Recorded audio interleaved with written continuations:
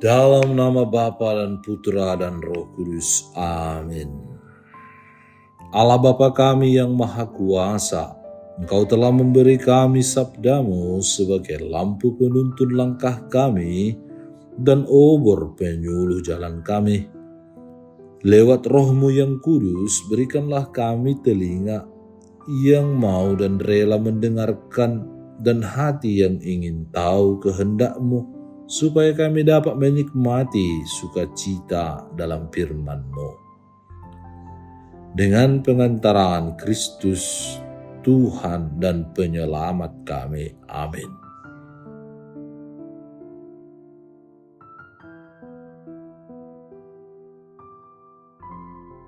Tuhan bersamamu dan bersama roh-Mu. Inilah Injil suci menurut Lukas. Dimuliakanlah Tuhan. Dalam perjalanannya ke Yerusalem, Yesus menyusur perbatasan Samaria dan Galilea.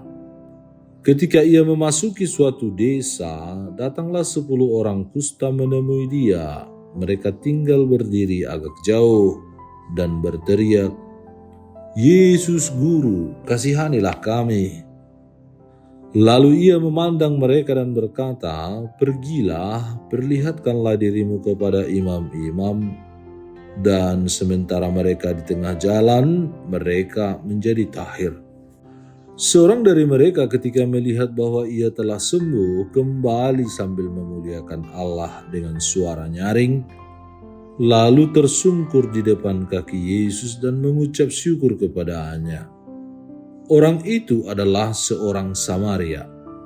Lalu Yesus berkata, "Bukankah ke-10 orang tadi semuanya telah menjadi tahir? Di manakah yang 9 orang itu? Tidak adakah di antara mereka yang kembali untuk memuliakan Allah selain daripada orang asing ini?" Lalu ia berkata kepada orang itu, "Berdirilah dan pergilah, imanmu telah menyelamatkan engkau." Demikianlah sabda Tuhan. Terpujilah Kristus. Saudara dan saudari yang terkasih, hidup beriman selalu mengandung 2 tindakan yang tak terpisahkan, yakni memohon dan bersyukur. Dalam keseharian, kita sering datang kepada Tuhan dengan berbagai permohonan dan keluhan. Tetapi terkadang kita lupa untuk kembali kepadanya dengan bersyukur setelah menerima rahmat dan berkat dari Tuhan. Bacaan Injil hari ini mengingatkan kita bahwa iman sejati tidak hanya tampak dalam permohonan, tetapi juga dalam rasa syukur yang tulus dari hati. Hari ini gereja juga memperingati Santo Yosafat, seorang uskup dan martir, pelindung kesatuan gereja, di mana seluruh hidupnya menjadi teladan syukur dan kesetiaan dalam iman dan pelayanan, bahkan hingga menyerahkan nyawanya karena ia sangat mencintai Kristus dan demi persatuan umatnya. Dalam Injil tadi, Yesus menyembuhkan 10 orang kusta yang memohon belas kasih-Nya. Mereka menaati perintah Yesus untuk memperlihatkan diri kepada para imam, dan di tengah perjalanan pun mereka menjadi tahir.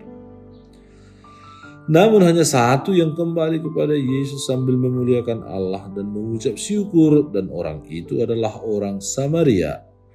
Melihat hal itu, Yesus berkata dengan nada heran, "Bukankah ke-10 orang itu telah menjadi tahir?